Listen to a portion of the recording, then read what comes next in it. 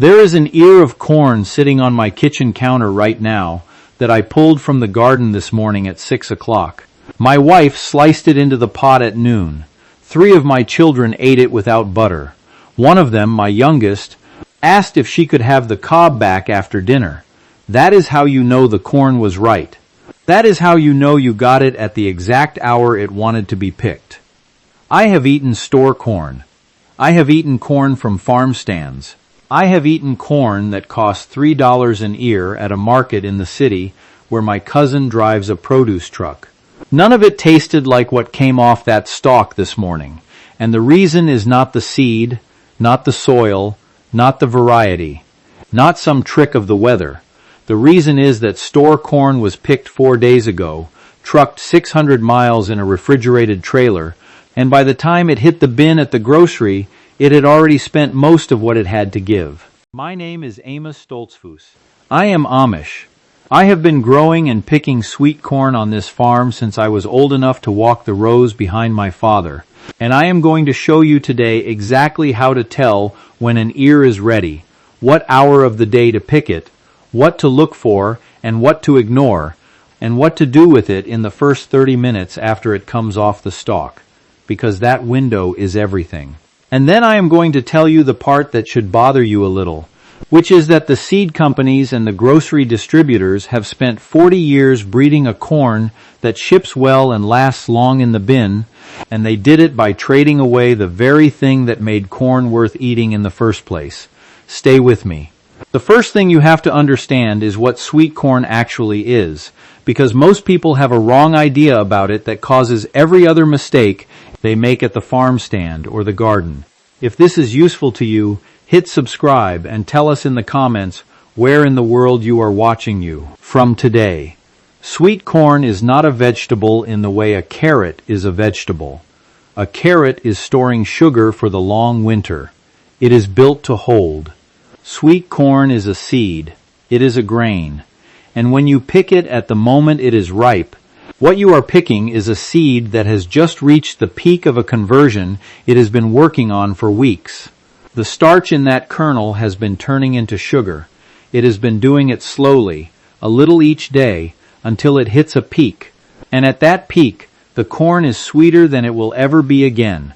Tender, full of juice, and it smells like something warm and good when you pull back the husk. The moment you pick it, the conversion starts going the other direction. The sugar begins turning back to starch. Not next week. Now. Within the first hour.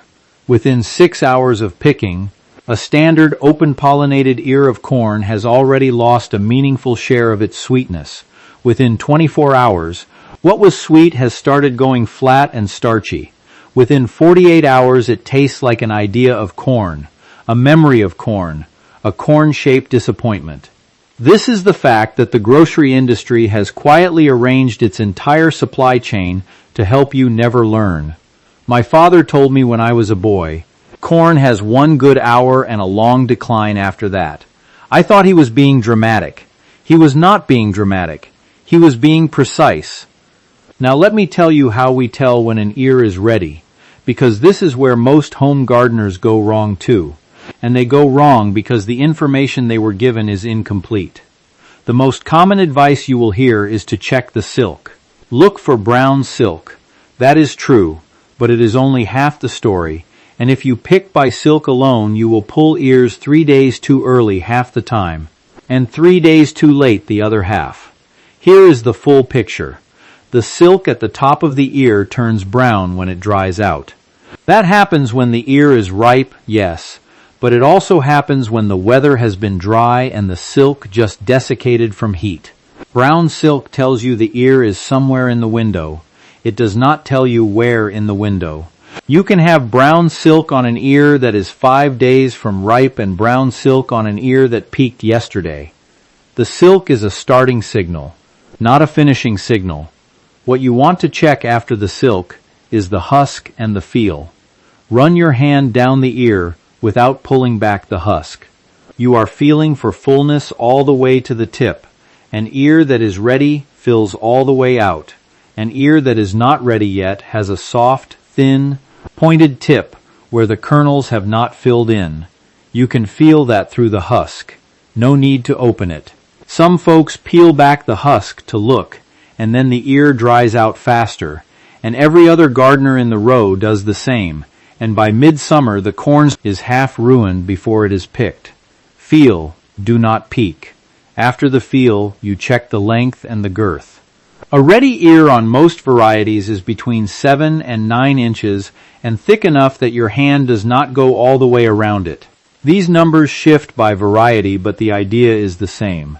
A round, filled ear at 7 inches beats a long, thin ear at 10 every time. The last check, and this is the one my grandfather taught me that I have never seen written in any seed catalog, is the smell.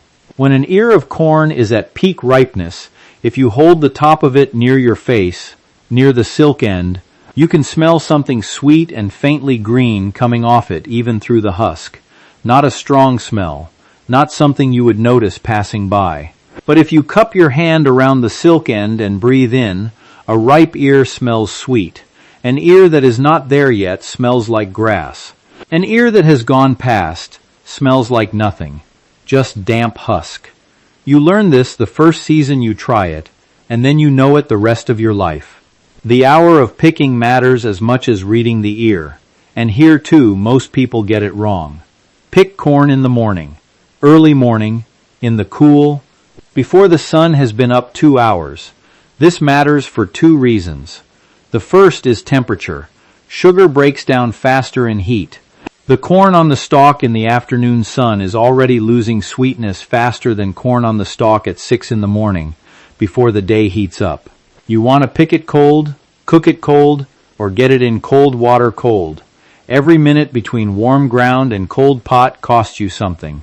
The second reason is what happens to the plant during the night. Sweet corn pulls sugars up from the roots and into the ear during the cool, dark hours. The ear is at its sweetest in the morning after a cool night, not in the afternoon after a hot one. Every old farmer in my county knows this. We pick corn at dawn. Then we husk it before the sun has climbed much, and it goes in the pot before 8 o'clock. The corn you buy at the grocery store was picked at whatever hour the mechanical harvester runs, loaded onto a truck, and moved through a cold chain that slows but does not stop the decline. Cold slows the starch conversion. It does not stop it. By the time that corn has been in transit 4 days and sitting in a refrigerated bin another 2, you are eating what the ear used to be. Now let me tell you what to do in the half hour after you pick it, because this is the part that separates corn that is memorable from corn that is fine. The moment the ear comes off the stalk, get it into cold water or get it into the pot. Those are the 2 options. There is no good third option. Cold water slows the conversion. If you are picking in the morning and cooking at noon, pull the ears and put them straight into a bucket of cold water. Keep them in the shade. Do not husk them until right before they go in the pot. Because the husk is protection. It is insulation. It is the ear's own packaging keeping the moisture in. Strip the husk in the field and walk back to the house, and you have already done unnecessary damage. If you are picking right before the meal, which is what we do when we can, husking and cooking within 15 minutes of picking is the best thing you can do for sweet corn. 15 minutes from stalk to pot. My mother used to start the water boiling before my father walked out to the garden. That is the right order. The water is ready when the corn arrives. The corn does not wait for the water. How long in the pot? This is where I will disagree with what most folks were taught. The answer for really fresh corn is 4 minutes, sometimes 3. The corn does not need cooking the way old starchy corn needs cooking. Old corn needs heat to try to soften what has already hardened. Fresh corn has nothing hard in it.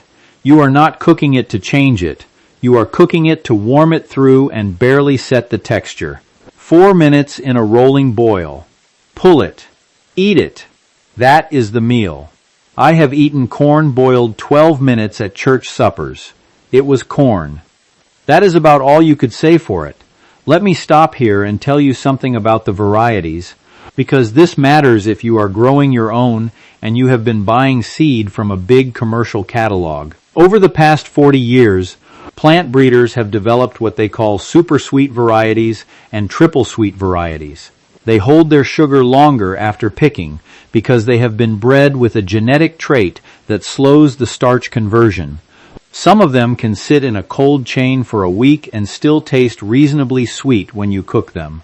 Subscribe and turn on notifications so you do not miss what we share next. The grocery industry loves these varieties. They were built for the grocery industry. What those varieties traded away in exchange for that longer shelf life is the depth of flavor. The old varieties, the open-pollinated corn that farmers grew before hybrid seed became the standard, had a more complex sweetness with a slight mineral note underneath, something that tasted like the earth it came from. The modern super sweet varieties are sweet the way sugar water is sweet, one-dimensional. The sweetness is there, but there is nothing behind it. My grandfather grew a corn called Trucker's Favorite, an old variety, open-pollinated, yellow, big ears.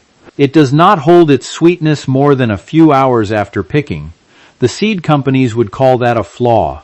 My grandfather would have called them ignorant. You pick it right, you cook it right, and there is nothing on this earth that tastes like it. We still grow it on this farm. I will not grow anything else for eating. The Seed Savers Exchange has it. You can order it and grow it yourself. It will not perform well if you plan to pick it and drive it to a potluck 2 counties over. But if your pot is already boiling before you walk out to the garden, it will be the best corn you have ever eaten. Now let me walk you through the mistakes I see most often, because knowing what to avoid is as useful as knowing what to do. The first mistake is picking too early. Folks get excited. The silk is browning and the ears look big and they pull them a week before the peak. Underpipe corn has firm, almost crunchy kernels with a flat taste and a thin milky liquid that squirts when you pierce a kernel. A ripe kernel squirts too, but the liquid is thicker, sweeter, more cloudy. Pierce a kernel with your thumbnail. If the liquid runs clear and thin, wait 3 more days. If it is white and thick as heavy cream, pick it today. The second mistake is leaving it too long. Overripe corn is starchy and tough, and no amount of butter covers it. The silk shrivels and dries completely. The husk gets papery and loose at the tip. The ear starts to feel slightly soft when you squeeze the top instead of firm. When you see the husk getting loose at the tip, and the silk has been brown for more than 4 or 5 days, you have probably passed the window. Cook it anyway, it will not hurt you, but know what you have. The third mistake is refrigerating without the husk. If you must refrigerate corn before cooking, leave the husk on. The husk slows moisture loss. Corn stored husked in a refrigerator for 24 hours tastes noticeably drier than corn stored in the husk. This is not a subtle difference. This is the difference between corn that is worth eating and corn that is not. The fourth mistake, and this one I see at church dinners more than anywhere, is salting the water. Do not salt the cooking water. Salt toughens the skin of the kernel. It does the opposite of what you want. Plain water, hard boil, 4 minutes. That is it. There is one more thing I want to tell you, and it is about the rows themselves, about how the corn is planted, and what it tells you when you walk it. Sweet corn is wind-pollinated. The tassels at the top of the plant shed pollen. The wind carries it, and it falls on the silks below. Each silk strand connects to one kernel. If a silk strand is not pollinated, there is no kernel at that spot. That is why you see ears with gaps, missing kernels, blank spots in the rows. The ear filled where the silk caught pollen and did not fill where it did not. Planting in blocks rather than long single rows improves pollination because the pollen falls within the block instead of drifting off downwind. A 12-foot wide block of corn pollinates better than a single row 40 feet long. Plant in squares, not lines, if you have the space.